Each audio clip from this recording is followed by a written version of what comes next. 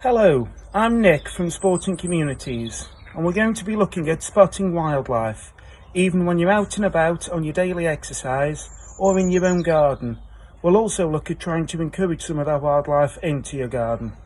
So a good way is attracting insects. This is a bee box. As you can see, there's a bee on there right now. Now that's a solitary bee called a masonry bee.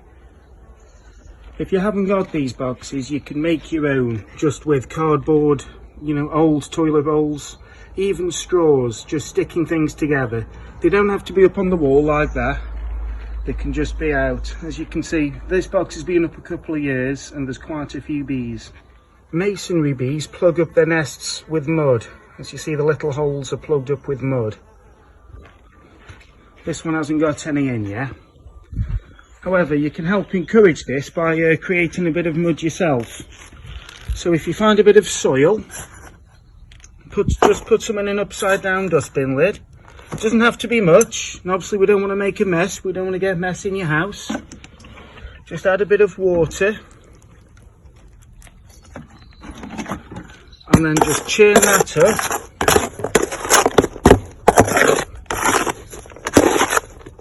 So it's a bit of mud.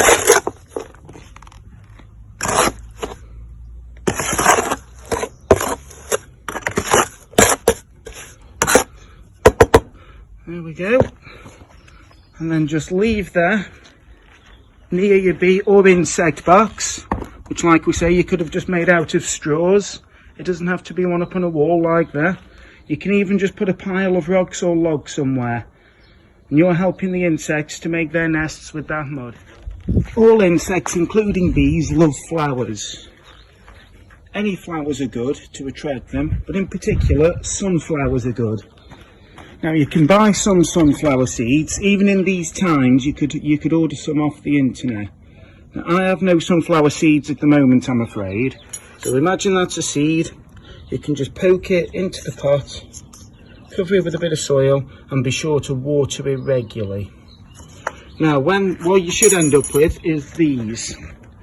Now what you can do, if you've got a bit of garden, if you've got a bit of soil, you can transfer it out like that, just with a fork, and that's what it should look like when the seed is growing.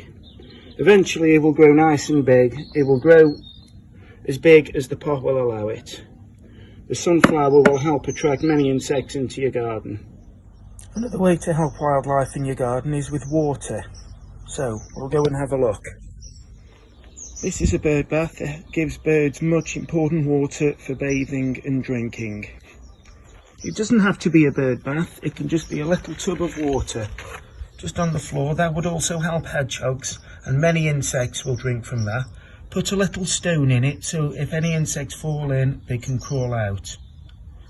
If you have some soil and an old dustbin lid, that's even better. You can actually bury the dustbin lid into soil, bury that level with the soil, dig a bit of a hole.